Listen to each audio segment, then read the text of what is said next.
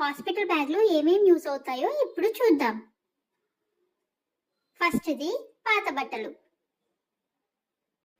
సెకండ్ది reading dresses, ఇవి అమ్మ కోసం.